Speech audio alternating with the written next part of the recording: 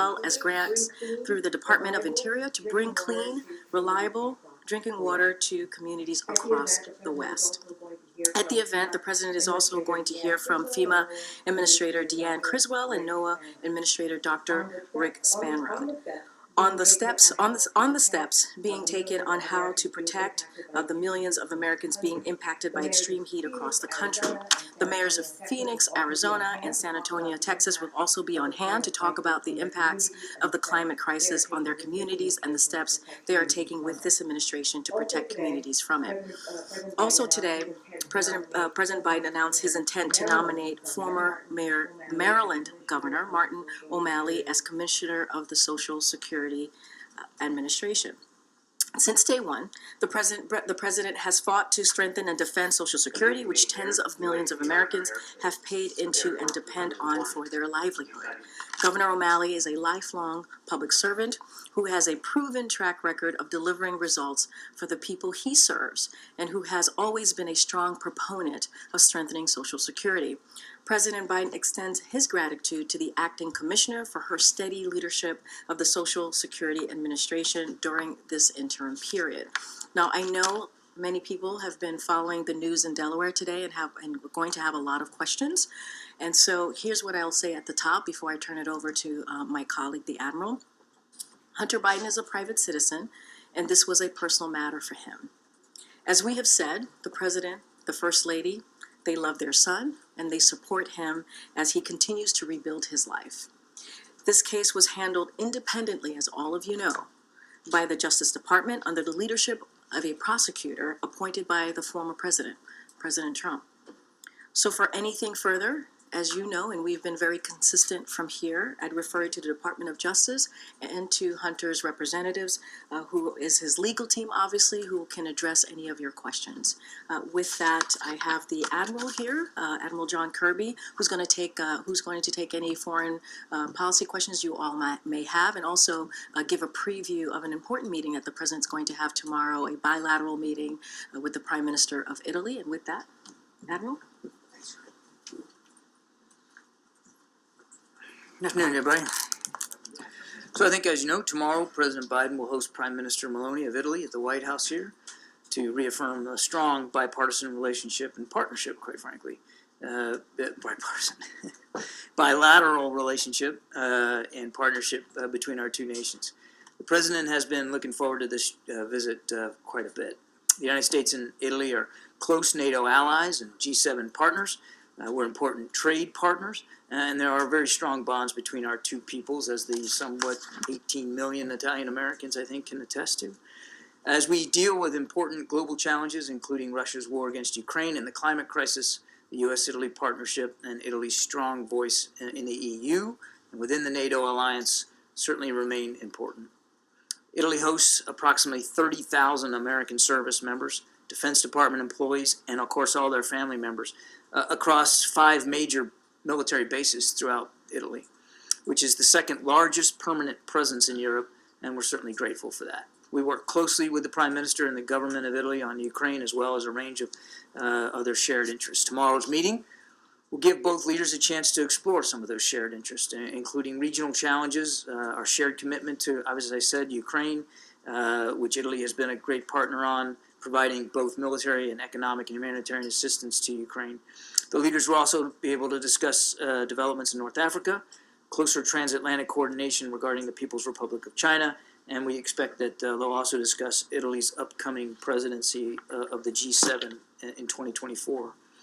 And President Biden has met and spoken with Prime Minister Meloni a number of times since she took office last fall, including in Bali at the G20 summit, in Hiroshima at the G7 summit, certainly as recently as Vilnius at the NATO summit, and they've consulted regularly along the way with other G7 partners, again, across a range of issues. So there's a good, productive relationship here. President Biden is very much looking forward to the discussion, and of course, we'll have a full readout for you when that meeting is over.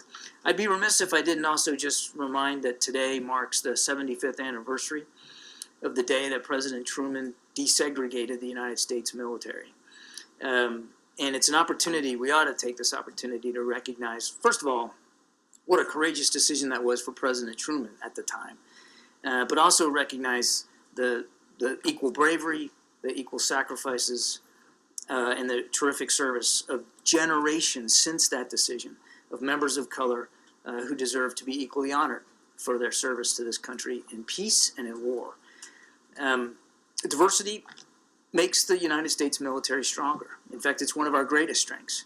It not only, especially now as an all-volunteer force, helps us better represent the American people that we serve and defend, but it also leads to better decision-making, more unique perspectives at the table, better operational performance.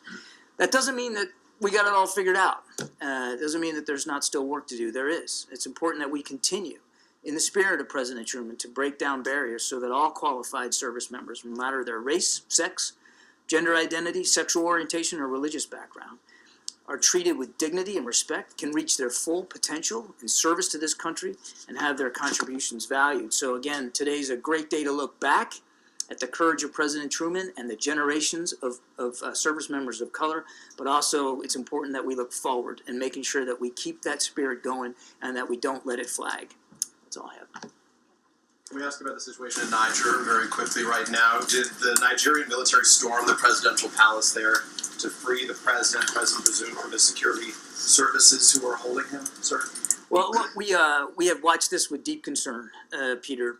We certainly condemn any effort to detain or to subvert the functioning of Niger's democratically elected government. And we're still gathering facts here.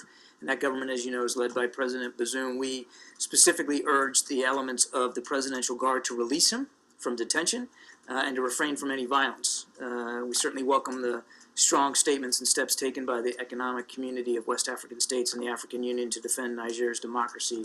And obviously, we're closely monitoring this situation. But it's all unfolding right now, and we're just going to have to stay tuned to it. The message to Americans that are on the ground there, and how many U.S. citizens outside of the military members do you believe are in Niger? I don't have an estimate of how many Americans are in Niger or military members, but obviously this is a very tense situation. We would advise all Americans in Niger to be careful about where they are and what they're doing. We just don't know enough about what's going on, so this is a time to put safety first. Preliminary discussions about evacuations or anything like that? Nothing like that right now, Peter. It's all just unfolding. We're just watching this very, very closely. We'll have to see how it unfolds. John, two questions, one on Africa, another subject. What is the update and what are you doing as it relates to the grains issue going to Africa out of Ukraine? What's happening now there? Can you give us an update?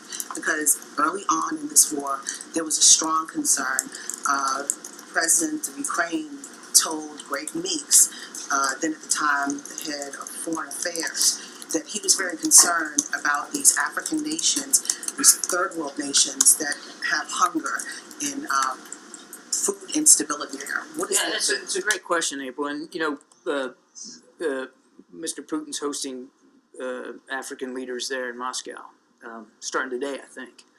And, look, I don't know what he plans to tell them, but I sure as heck hope that he plans to be honest with African leaders about the effect that his decision to pull out of the grain deal is going to have on African nations. So much of that grain that was getting out of Odessa and Black Sea ports from Ukraine was going to countries that need it most, developing countries across the so-called global south, and of course that includes the African continent.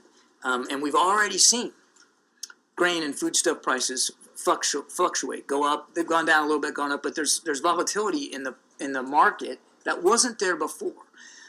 So I sure hope Mr. Putin is willing to be honest with African leaders about the effect that this is having or could have on them. So does that honesty come with a solution as well? Well, no, and thanks for the reminder. I didn't actually get to your question. The best way for this grain to get to market is through maritime lanes, through the Black Sea and the Mediterranean. And obviously that's not going to happen now, or at least for some time. So we are working with our EU partners, we're working with Ukraine and other European partners to see if there's other ways to get grain to market over land. But that's not as efficient, it's not effective, you can't move as much or as fast via land routes, whether it's truck or rail, but we're working to see what we can do to try to alleviate or increase the flow. And last question, as you mark the moment about the integration of the military, are you intertwining that with this moment, this racially and politically divisive moment to show that patriotism is not just one group? The integration of the military shows that many people are patriots. I sure hope so. I mean,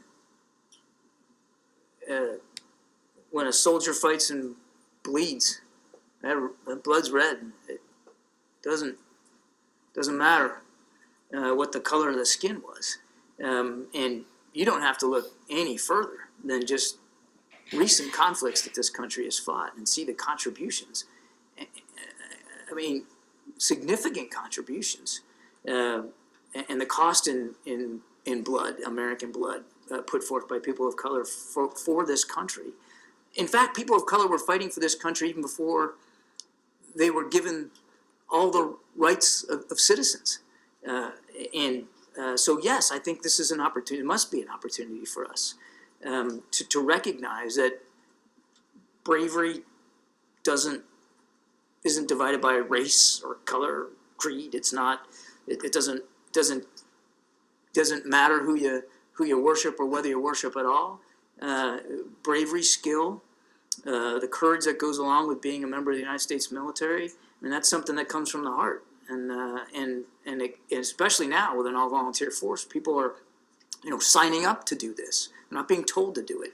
So I hope it is an opportunity for all Americans to recognize that all Americans who have served this country in uniform continue to defend it bravely. Thank you. John, I'd like to follow up on the grain deal initiative. Can you tell us what are the most efficient ways of delivering, the most efficient alternatives of delivering grain from Ukraine? So you're talking about consistent work with the partners. What exactly are those alternatives? Well, as I think I said to April, look, the most efficient way is by ship. I mean, it's just the best way to get the maximum amount of grain out on a timely basis. You could use rail, you could use truck routes, you could also look at perhaps other EU ports, but you gotta get it out of Ukraine to be able to use other EU ports. So there's no more efficient way than by maritime traffic. That's just a scientific fact or physical fact. But we are going to continue to work with our partners in Europe to see if there's other overland ways to do it. If I may, is there an agreement between the U.S. and its allies regarding the location, method, and timing of the F-16 training for Ukrainian pilots? I'm sorry, can you repeat that question? I was writing myself a note. Is there a consensus between the U.S. and its allies regarding the location, method, and timing of the F-16 training for the Ukrainian pilots? So here's what I can tell you. We are pursuing F-16 training for Ukrainian pilots in Romania and Denmark. The dates, the locations, the length of the syllabus, all that's still being worked out. And I can't give you a day on the calendar and say, well, it's going to start in Romania here and it's going to start in Denmark there. I just don't know. We're still working that out. But we know it's going to be in Denmark and Romania. And there could be other sites as well. That's where we're looking at right now. I know that the Brits are also beginning English language training for Ukrainian pilots so that they can actually operate the controls on an F-16. So that's getting started here, I think, soon. But we'll just have to see. We're all taking this with the appropriate sense of urgency, and we want to get them trained as much as we can, or as fast as we can. John, on Niger follow-up, is there any involvement of the administration in some of the regional conversations that are happening right now? I know that Benin is sending their president. Is the U.S. involved in those regional discussions at all? Regional discussions about Niger. Niger. I'm not aware of any specific regional discussions on Niger. Again, this is just unfolding. Okay. And then on the Italian meeting tomorrow, I don't think I've ever heard you guys express an opinion as far as Italy leaving the Belt and Road Initiative, whether you think that's a good idea. You're not supportive of the Belt and Road Initiative and have been trying to create alternatives to it. So do you think it's a good idea for them to leave? that's certainly for the Italians to speak to. I mean, that's their sovereign decision. I would let them characterize it if in fact they're going to leave, and whether they would and on what time frame would really be for them to speak to. So separate and distinct. I don't want to speak for them one way or the other, but it's becoming increasingly obvious that more and more countries around the world are seeing the risks and quite frankly the lack of reward for economic partnerships with China in that regard. And it goes also to Africa as well. So again, these are decisions that these countries have to make. And you said I don't want to put words in your mouth, but that we're pursuing alternatives or something. I mean, we've created an alternative. The PGII that the president announced at the G7 last year, the Partnership for Global Investment and Infrastructure, just to lay out the acronym there. I mean, that is a good alternative, and it is getting some traction. And so we're going to continue to invest in that and continue to encourage our partners to as well. Thanks. John, on the situation in Niger, is what we're witnessing right now a coup or an attempted coup? And is the U.S. taking any protective measures at the embassy or in terms of movement of the U.S. troops who are based there? We're not putting a title on it right now, Jeremy. We're watching this unfold in near real time, just like you are. It's not entirely clear exactly what's going on. We've just got these reports that the president's being detained, and of course we urge for his speedy release. So we'll just kind of have to watch and see where this goes. And then on this unidentified aerial phenomenon hearing that's happening on Capitol Hill, David Grush, who sat on a U.S. Air Force panel on UAPs, he says that he was informed of a UAP crash retrieval and reverse engineering program based on interviewing 40 witnesses over 4 years. Does such a program exist, and do you believe that the American people deserve to know if it does? I have no information on that to provide for you today, one way or the other. I would just say what I said last week when I got asked about this. We obviously take the issue of unidentified aerial phenomenon seriously. There's a whole office at the Pentagon that has stood up to analyze the data, collect reports, collate those reports, and forward them up appropriately. And that's, I think, testament to the fact that we know that in some cases these phenomena have impacted military training, have then impacted military readiness. But this hearing today does seem to have brought this issue to kind of a new level of public consciousness. And so I wonder if the president believes that these claims warrant further investigation. Do you guys see some of these claims and allegations as credible? If the president didn't believe that the sightings by pilots were serious enough to be considered, he wouldn't have wanted the Pentagon to stand up an office to look at this, to analyze the data, to collect reports, to provide a system by which we can collate the information and better figure out what we've got here. But that work's ongoing. So if your question is, do we think we need to be transparent with the American people? Of course we need to be as transparent as we can be. But the truth is, Jeremy, we don't have hard and fast answers on these things. We are trying to get smarter on it. Thank you. Again, on Prime Minister Maloney, on the Belt and Road, is this something that the President will bring up with the Prime Minister, at least? Whatever his position, the Belt and Road issue? I think I'll just leave it as I did my readout. They certainly will talk about shared concerns and perspectives and challenges with respect to the PRC. But in terms of specific agenda items, I don't have anything beyond that. And on the Prime Minister herself, to what extent is President Biden uncomfortable with her being a far-right politician, and she opposes, or her party opposes a bunch of things that the President fights for? And of course in Europe generally it's got there are dark roots to that whole movement. The President has enjoyed working with her, and certainly on issues of foreign policy, there's been a lot of overlapping and mutually reinforcing approaches that were taken with Italy. Italy is a NATO ally, and they are a very competent NATO ally, and they've been a tremendous supporter of Ukraine. They're hosting something like 170,000 Ukrainians on Italian soil, just taking care of these folks while this war rages on, and they have provided millions of dollars of security assistance, humanitarian assistance, economic assistance. I mean, there's just in my opening statement, you can see there's an awful lot of things to talk about with the Prime Minister. The President's looking forward to that. And again, there's been a lot of a lot of alignment on a lot of key foreign policy issues. On the domestic issues, internal Italian issues, he just sets them aside. The Italian people get to decide who their government is. It's a democracy, and the president respects that. And he also respects the work that he's been able to do with the prime minister, again, on a range of issues. But that's what they're going to talk about. Thank you. So back to Jeremy's question, does the United States believe that there may be life outside of Earth? I don't have a position on that one way or the other to speak to today. What we believe is that there are unexplained aerial phenomena that have been cited and reported by pilots, Navy and Air Force, that these phenomena have, in some cases, had an impact on our training ranges, on our pilots' ability to fly, train, operate, and stay ready. That alone makes it a national security issue worth looking at. We don't know. We don't have the answers about what these phenomena are. Otherwise, I guess we'd have a catchier name for it. Unexplained, unidentified aerial phenomena doesn't exactly roll off the tongue, but it's an honest assessment of what we think about this problem set.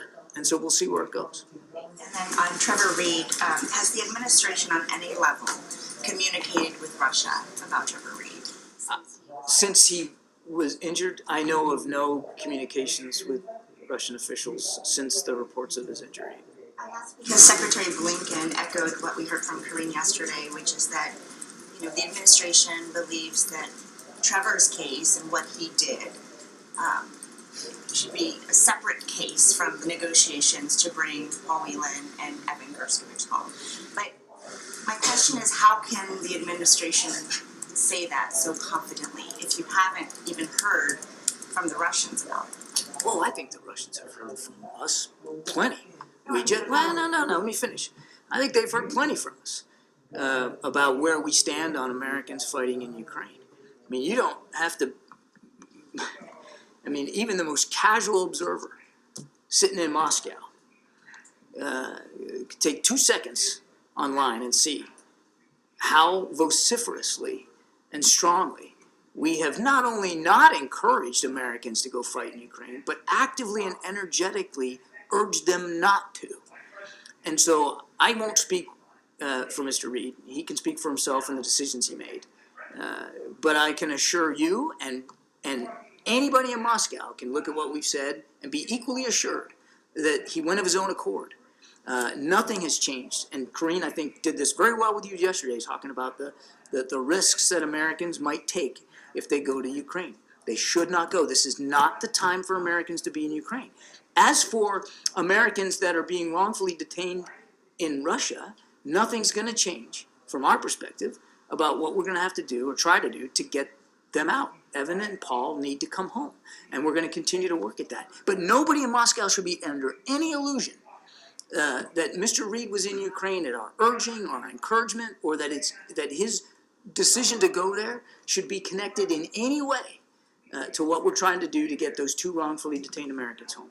And you honestly believe that the Russians won't hold this against the U.S. as the U.S. tries to get the other 2 men out?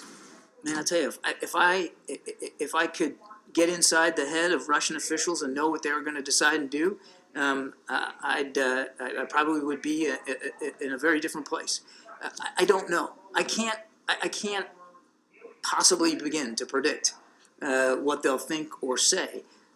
But if by some infinitesimal small degree there's anybody in Moscow that thinks that we've changed our policy about Americans fighting in Ukraine, I urge them to listen to this press conference and read everything we've been saying for the last 16 months. Now is not the time for Americans to be in Ukraine, and we had nothing to do with Mr. Reed being there. Thank you, Karine. Hi, John. I have 2 questions in Russia and North Korea and South Korea. The Russian defense minister was invited to North Korea for the 70th anniversary of Armistice Agreement. And it is known that the Russian defense minister will discuss importing weapons from North Korea. What do you think about direct arms deal with North Korea by Russian defense minister about this, and not the Wagner groups. Can you comment on this? I certainly can't confirm the report that you just laid out there. That said, it's been no secret, and we've talked about it many times, that Mr. Putin is reaching out to other countries for help and support in fighting his war in Ukraine, and that includes, we know, some outreach to the DPRK. It's I think, a testament of the fact that Mr. Putin knows he's having his own defense procurement problems, his own inventory problems, that his military remains on the back foot, and he's trying to shore that up. Nobody should be helping Mr. Putin kill more Ukrainians. But the fact that he's reaching out to North Korea, or could be additionally, that wouldn't come as a surprise to anybody. This will be used in the war in Ukraine. I couldn't begin to confirm that. I don't know. We gotta keep going. Go ahead, Francesca. Thanks, John. In the Department of Justice's statement on the Biden administration lawsuit against the state of Texas, it said, quote, "The presence of the floating barrier has prompted diplomatic protests by Mexico and risks damaging U.S. foreign policy," end quote. Liz Sherwood Randall and a group of Biden administration officials were in Mexico this week. Did the Mexican government raise the issue of the floating barriers? And does the White House believe that the floating barriers hurt U.S. diplomatic efforts? There was a delegation in Mexico, largely to look at issues surrounding fentanyl. I don't know if the issue of the barriers came up. That wasn't the purpose of Liz Sherwood Randall's trip down there. It was really to talk about the counter-narcotics efforts, specifically around fentanyl. And I would refer you to the DOJ on more details on that. But on the Do you suit. believe that it hurts U.S. foreign policy? Well, it's certainly not helping, but I can't tell you that there's been a direct impact on our diplomatic relations with Mexico. They're very good, they're very strong, and we have a lot of mutual shared concerns, including, as I said, fentanyl, and certainly issues about immigration, and we're working closely with Mexican authorities on that. And on another topic quickly, on Ukraine, do you believe that the counteroffensive is moving too slowly? President Zelensky himself has said that that it's not progressing as fast as he would like, and they're not moving as far every day as they would like. The United States is not going to take a position on that. We're not going to armchair quarterback this Ukrainian military operation. They should be able to be the ones, and only the ones, to speak to progress against plan. And again, they've already acknowledged that they're not going as far as fast as they would like. That said, they are moving. It's not a stalemate. They're not just frozen. The Ukrainians are moving. And what we're going to do is make sure, you saw this just yesterday, I think Karine announced another package of support. We're going to make sure that they have the kinds of tools and capabilities they need to stay on the move, that we're giving them the relevant kinds of tools they need to continue to make progress in their counteroffensive, and to the degree it could be better progress that they're more content with, then that's all to the good. Thank you. Back on Trevor Reed, to what extent was the U.S. government aware of his plans to go to Ukraine and take up arms against I'm not aware Russia? that we had any. Did he give any advance notice to anyone at I'm the White certainly House? not aware. I'm certainly not aware of any, nor would we expect that. I mean, other Americans have fought in Ukraine, unfortunately, and they don't have to report their departure or their whereabouts to the United States government. I'm aware of no information that we had. That said, we made it very clear when the war started, don't go. And then one question on the Prime Minister's visit tomorrow. After she was elected, President Biden had warned of the spread of authoritarianism and far-right populism, given her political leanings. Has his view of the Prime Minister changed at all because she is such a strong supporter of Ukraine? He has a good relationship with Prime Minister Meloni, and he has enjoyed working with her, as I detailed in the opening comments, across a range of issues and in a range of venues. And they have spoken several times outside of those venues. They get along quite well, particularly on issues of foreign policy. And again, the President's looking forward to this visit. I wanted to ask also about the visit with the Prime Minister tomorrow. Does the President plan to bring up issues of LGBTQ rights in Italy? That's been something that her party has been clamping down on in the past couple months. So just a couple of, I'm not gonna get ahead of the discussion that hadn't happened yet. We'll give you a full readout when the meeting is over.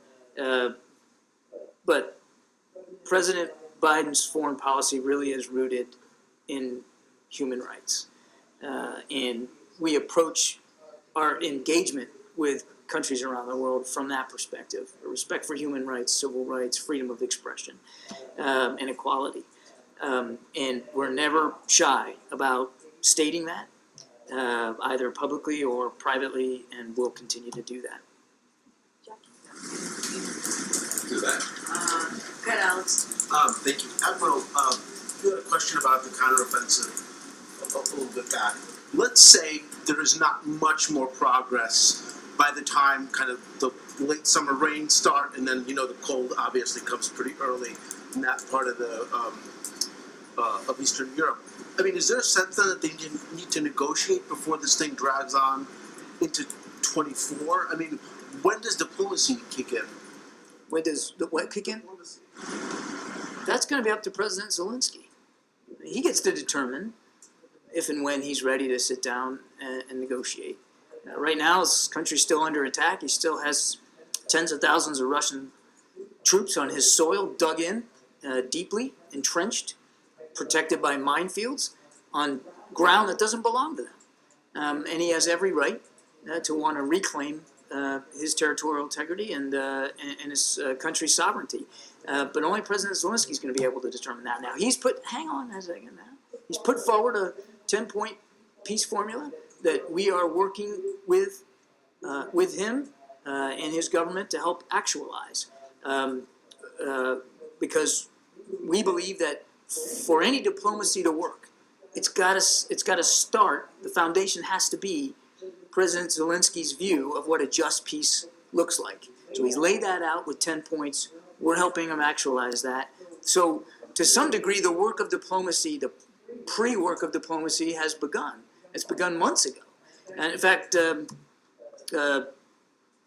Jake Sullivan, National Security Advisor, spoke to Mr. Yermak, his equivalent in the Ukrainian government just today. And this was one of the topics that they discussed, was this idea of a just peace and how to actualize it. But Zelensky's he has said he needs F-16s, ATACMS, more heavy armor to make progress, especially because the defensive positions are so heavily mined and fortified. I mean, isn't there kind of a disconnect that if you want them to win, should they not have what they say they need? They do have what they need. We have provided the Ukrainians everything they asked for in the months leading up to the counteroffensive and continuing right through it. Again, Kareem just walked you guys through a whole big old package yesterday. And all the stuff that's in that package is stuff that's relevant to the fight that they're in this counteroffensive. But this notion that they didn't get everything they needed before the counteroffensive, or that a shortage of capabilities is what's causing delay, is not true. They got everything they asked for and continue to get everything they asked for. Now, I recognize they always, and you can't blame them for wanting more. And we've talked about F-16s. Training will begin sometime soon, and hopefully thereafter followed by actual aircraft. But they've got tanks, they've got artillery, they've got HIMARS, and we're going to continue to work with them every single day about trying to fulfill their needs as best we can. Oh, and you have a last question. Thank you, Kareem. Admiral, good afternoon. Do you know if the administration has seen the images of the bombed-out Transfiguration Cathedral in Ukraine? A few days ago it happened. This big, beautiful cathedral bombed out. Some debate over whether it was Russian missiles or falling Ukraine debris, but have you seen those images? I have not. And then finally, any update on the Tuberville situation, on the hold? Is the administration planning a meeting with him? What's the situation? Secretary of Defense Austin has spoken a couple of times in just the last couple of weeks with Senator Tuberville. He maintains his hold. And now we're up to over 300 nominations that are being held, and it's having a real effect on military families. The spouses who are not able to take jobs in the next location because they can't set up a move. That's not hypothetical, that's actually happening. The children who are having to be disenrolled from schools that they were supposed to start in the fall because they can't execute the move to get there. They can't make it in time for the school sessions to start. That's not hypothetical, that's happening. You've got senior officers who are being asked to delay their retirements. They're well-earned retirements, speaking as a retiree, and they're not able to do that, or they're willing to delay that to stay in the military a little longer while this very dangerous hold persists. And some will inevitably start voting with their feet, and they just won't be able to do that for a variety of reasons, and we're going to lose that talent because they aren't willing as a family to stay behind. One of Tuberville's contentions is that taxpayer dollars should not be funding travel-related expenses for abortion for military members. You say what? The President and the Secretary of Defense say that it should be. I talked about this the other day, so I won't go through it all again. But our service members don't get to decide where they get stationed.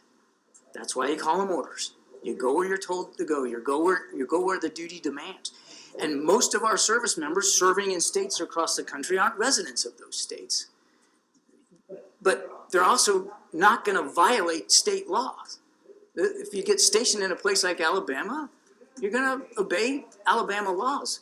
But if you're a service member and you deserve, as a service member, appropriate health care, including reproductive health care, the military has an obligation to make sure you get that health care. And for those who say that this is some sort of political issue and it's not readiness, but it's readiness. A healthy force is a ready force. And a woman service member or a woman family member has every right to expect that when they sign up to serve in the military, they're going to get the health care that they deserve. And so the military has put in place a policy, not one that Secretary Austin wanted to have to put in place, but these state laws are forcing him to put in place to allow female service members and their and women family members that need reproductive care, can't get it where they're stationed, to have the time off and some travel allowance to go take care of their own health. It's a covenant that you make with the military when you sign up, and it's a covenant that the military makes with you when you sign up. Thank you. Appreciate it. Thank you. Thank you. Okay. All right, Darlene, what you got?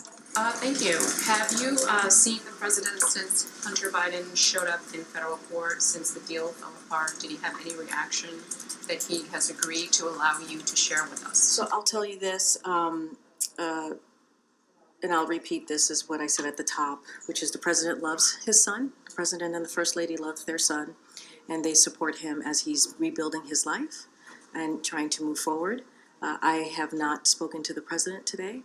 He has been busy continuing to work on behalf of the American people, as he does every day with internal meetings, and so I will leave it there.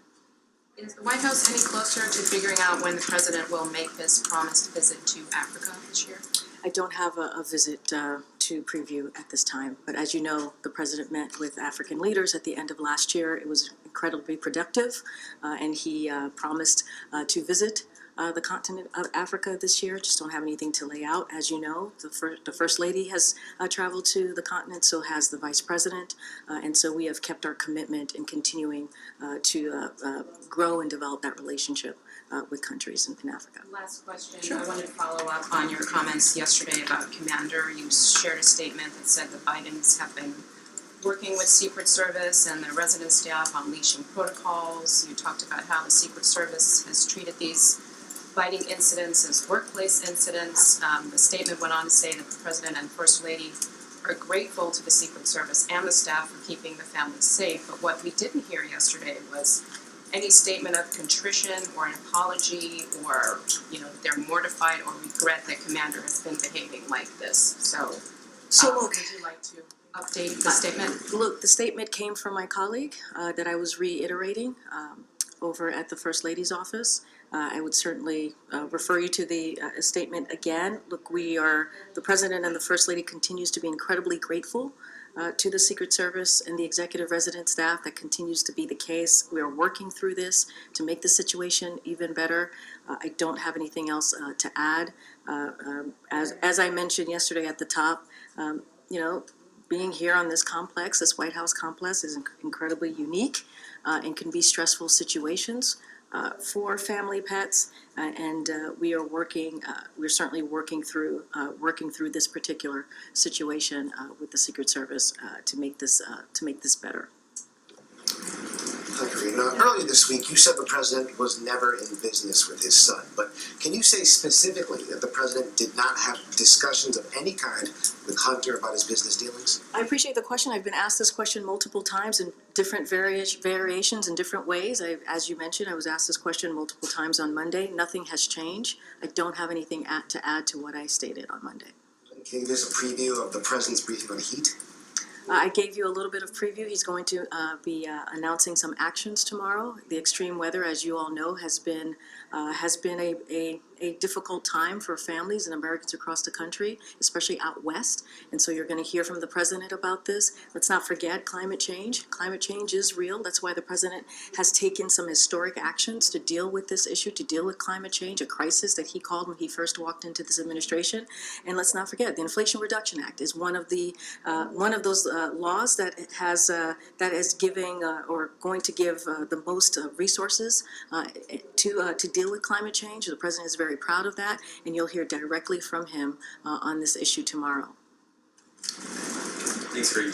Have the president and his attorneys been in touch with Hunter's legal team today, and have they been keeping tabs on the proceedings? Look, I don't have anything to share. I would refer you to, on this particular issue, I would refer you to Hunter's representative. I would refer you to the Department of Justice. I don't have anything to share beyond on what I shared at the top of this briefing. It's extremely rare in such a high-profile case for a plea deal to fall apart like this. Does the president believe that the prosecutors, the federal prosecutors in this case, have acted appropriately and competently? As you know, Jeremy, this was an independent investigation that was overseen by the Department of Justice.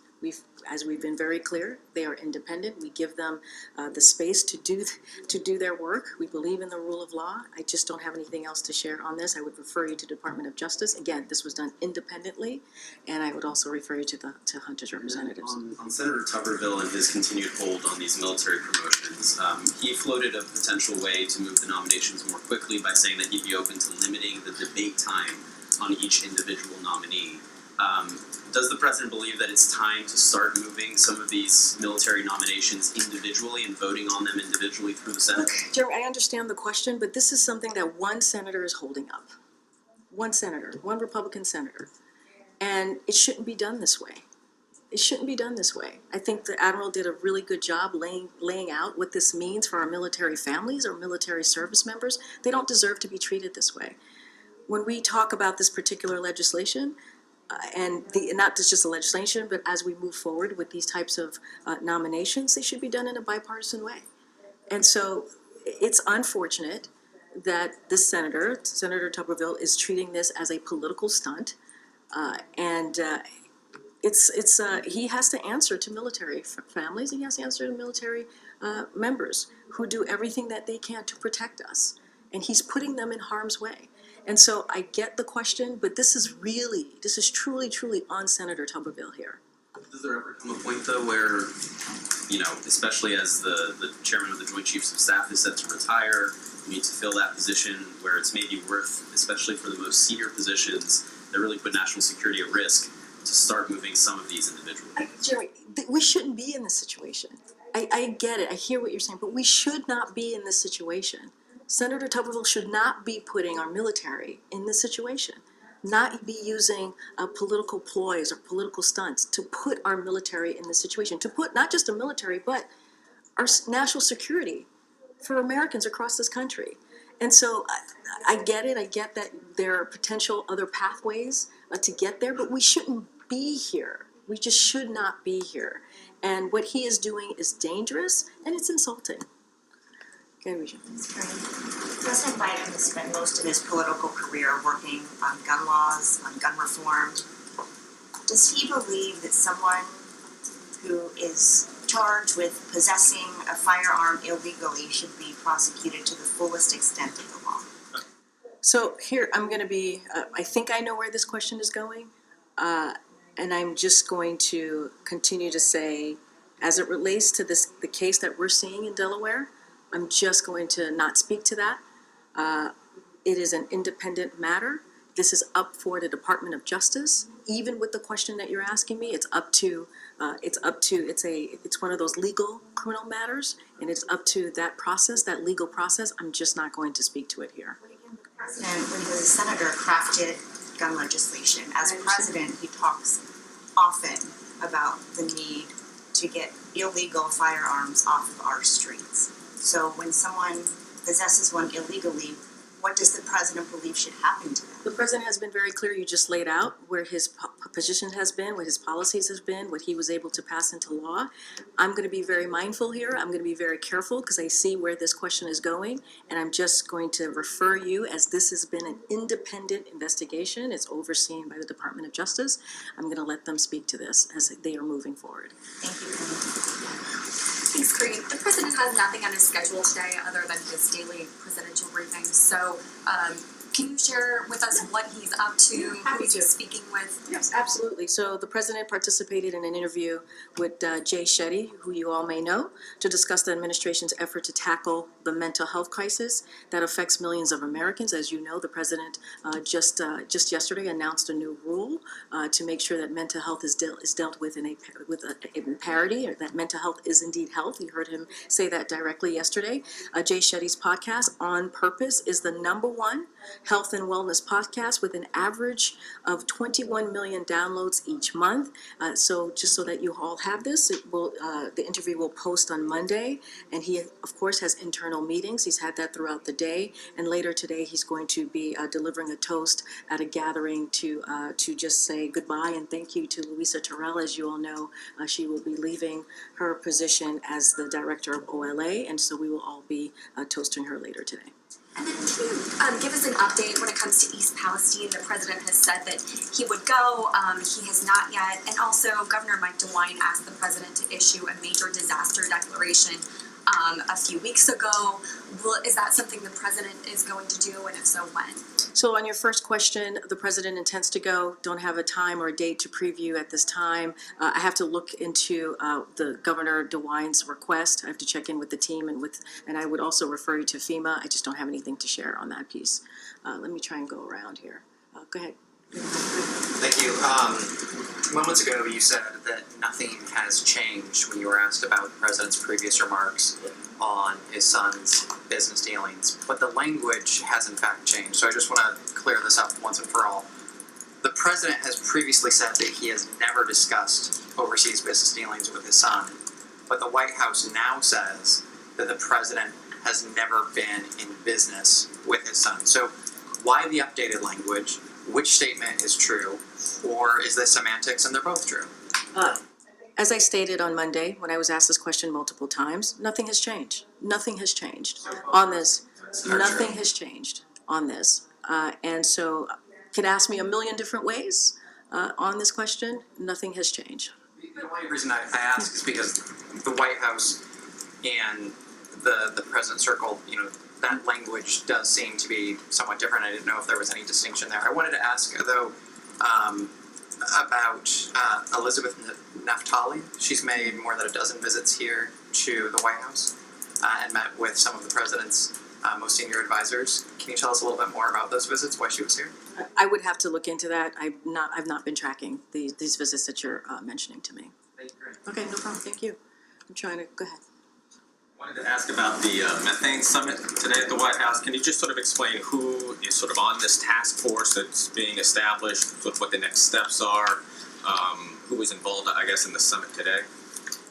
So, as you know, the methane summit happened earlier today. It is something that, as it's related to climate, certainly to climate change, this is something that the president certainly is committed to, and you'll hear from him more tomorrow as he talks about the excessive heat that we've seen.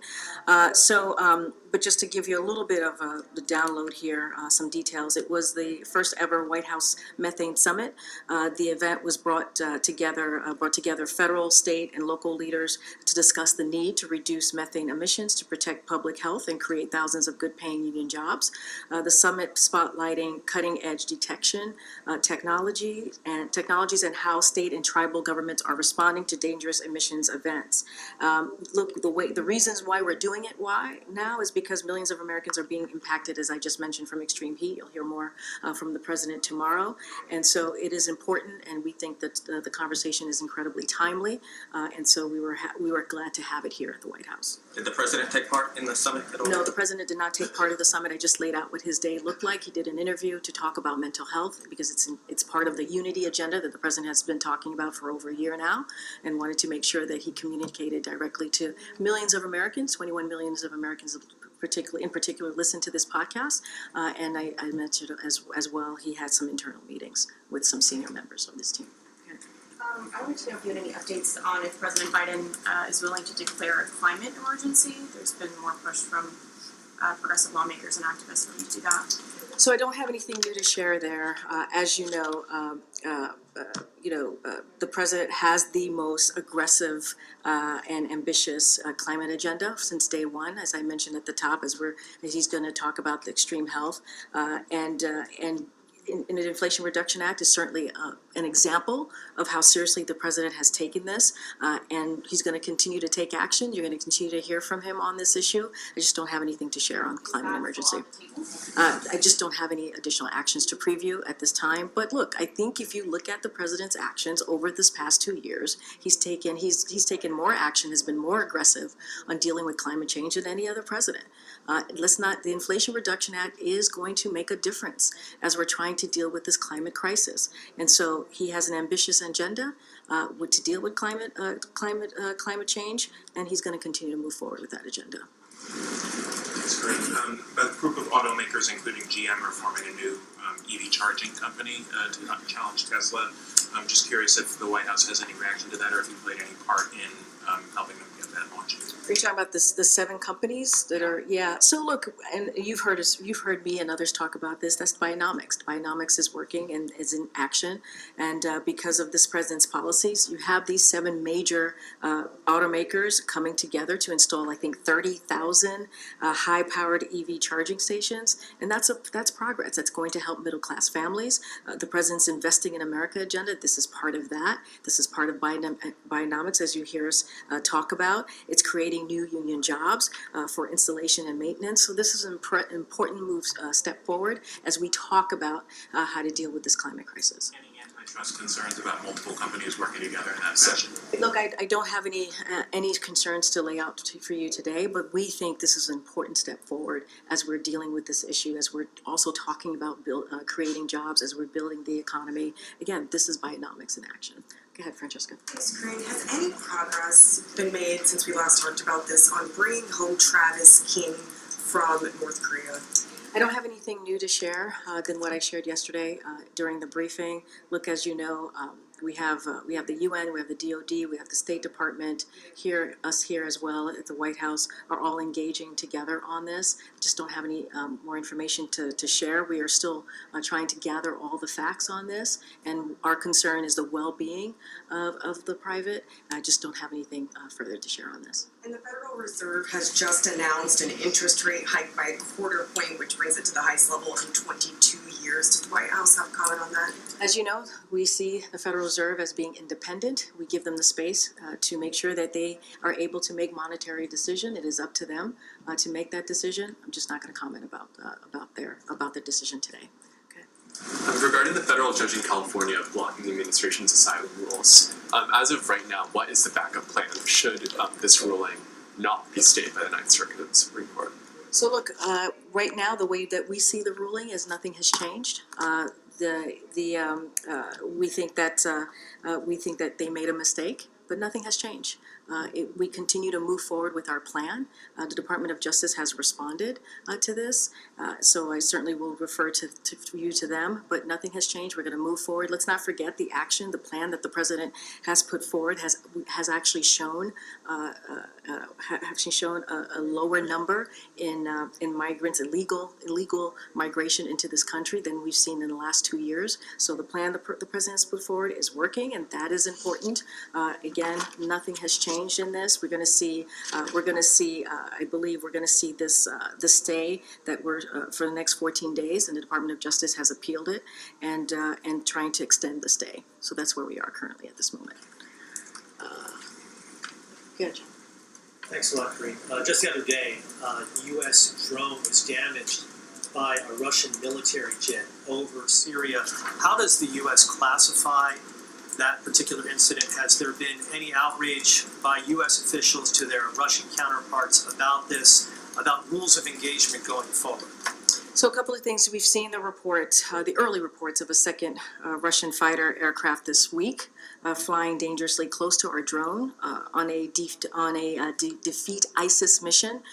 So I would reiterate that Russia's close approach to and deployment of flares over U.S. drones during a routine mission against ISIS targets violates established protocols and international norms. So we remain focused on the mission to defeat ISIS, as evidence by our recent strike against an ISIS leader in Syria this month. And so we are certainly aware of the initial reports, don't have anything further to share on that piece.